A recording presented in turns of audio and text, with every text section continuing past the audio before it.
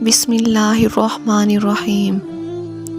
السلام علیکم ناظرین، آج کا واقعہ حضرت امام اعظم ابو حنیفہ رحمہ اللہ کا جذبہ خیر خواہی کا ہے۔ حضرت امام اعظم ابو حنیفہ کپڑوں کے بہت بڑے تاجر تھے، بڑے تاجروں میں شمار ہوتا تھا۔ آپ نے ایک مرتبہ دکان کا مال منگوایا، مال آ گیا، مال لگایا جا رہا ہے، ایک تھان اچانک ملازم سے کھل گیا، دیکھا تو اندر سے وہ خراب تھا۔ آپ نے یہ نہیں کہا کہ انہی تھانوں میں لگا دو، یہی تو وجہ ہے کہ اللہ نے پھر ان لوگوں سے بہت بڑا کام لیا ہے۔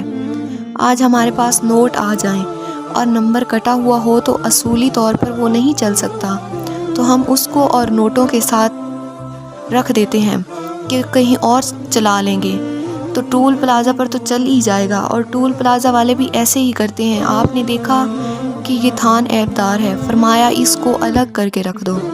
الگ رکھ دیا گیا۔ ملازم سے کہا، دیکھو ہو سکتا ہے کسی دن میرے آنے میں تاخیر ہو جائے، اگر میرے پہنچنے سے پہلے کوئی گاہک آ جائے اور یہ تھان پسند کرے تو اسے بتا دینا کہ اس میں یہ عیب ہے، اندر سے کپڑا خراب ہے، اگر وہ اپنی مرضی اور چاہت سے لینا چاہے تو الگ بات ہے، ورنہ یہ نقصان آپ نے بتا دینا ہے۔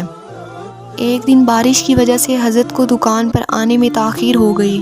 ملازم نے تو پہلے ہی آ کر دکان کھولنی ہے، صفائی کرنی ہے، وہ دکان کھول کے صفائی کر کے سیٹ کر کے بیٹھ گیا۔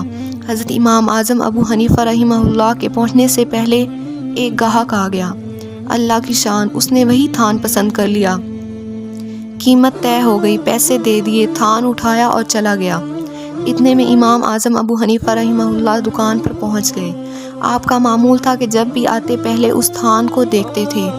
آج معمول کے مطابق دیکھا تو وہ تھان نہیں تھا۔ آپ نے ملازم سے پوچھا کہ وہ تھان کہاں گیا؟ اس نے کہا وہ بک گیا ہے۔ کہا آپ نے بتایا تھا کہ اس میں یہ نقص ہے؟ اس نے کہا جی نہیں بتایا تھا، میں بھول گیا تھا۔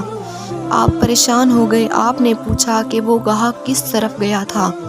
اس نے بتایا کہ اس طرف گیا تھا۔ اس گاہک سے جو پیسے لیے تھے وہ بھی اٹھائے اور اس طرف کو دوڑ پڑے۔ آپ کو اندازہ تھا کہ وہ جو دریا سے پار آبادی ہے وہ وہاں سے آیا ہوگا، کیونکہ یہ راستہ دریا کی طرف جاتا ہے۔ وہ ابھی کشتی کے انتظار میں ہوگا کہ میں پہنچ جاؤں گا۔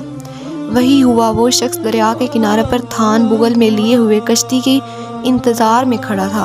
امام صاحب اس کے پاس پہنچ گئے، قریب جا کے سلام دعا کی، اس سے پوچھا کہ یہ تھان آپ نے ابھی بازار سے خریدا ہے؟ اس نے کہا جی بالکل، ابھی خرید کے لایا ہوں، فلاں دکان سے خریدا ہے۔ جی بالکل وہیں سے خریدا ہے۔ آپ نے پوچھا کیوں، خیریت ہے؟ آپ نے فرمایا اصل بات یہ ہے کہ میں دکان پر دیر سے پہنچا، وہ دکان پر ملازم تھا جس نے آپ کے ساتھ معاملہ طے کیا ہے، جب مجھے پتہ چلا تو میں آپ کی دی ہوئی قیمت ساتھ لے کے آیا ہوں۔ اس تھان میں عیب ہے، اندر کپڑا خراب ہے، وہ بتانا بھول گیا تھا، میں آپ کو بتانے آیا ہوں اس میں یہ عیب ہے، اب آپ دیکھ لیں، اگر اپنی چاہت سے لینا چاہیں تو الگ بات ہے، نہیں تو میں پیسے ساتھ لایا ہوں، یہ مجھے لوٹا دیں۔ کہتے ہیں وہ حیرت سے امام صاحب کو دیکھ رہا ہے کہ بڑا عجیب تاجر ہے، آج کل تو لے کے وہ دکان کی سیڑھیوں سے نیچے اتر جائے تو گاہک اور دکان کا تعلق ختم، تو کون اور میں کون۔ اب وہ اگر واپس بھی کرنا چاہے تو یہ لینے کے لیے تیار نہیں، کیونکہ اس دکاندار کو پتہ ہے کہ اس چیز میں نقص ہے، بہت مشکل سے بھی کیا، اب میں اسے کیوں واپس لوں؟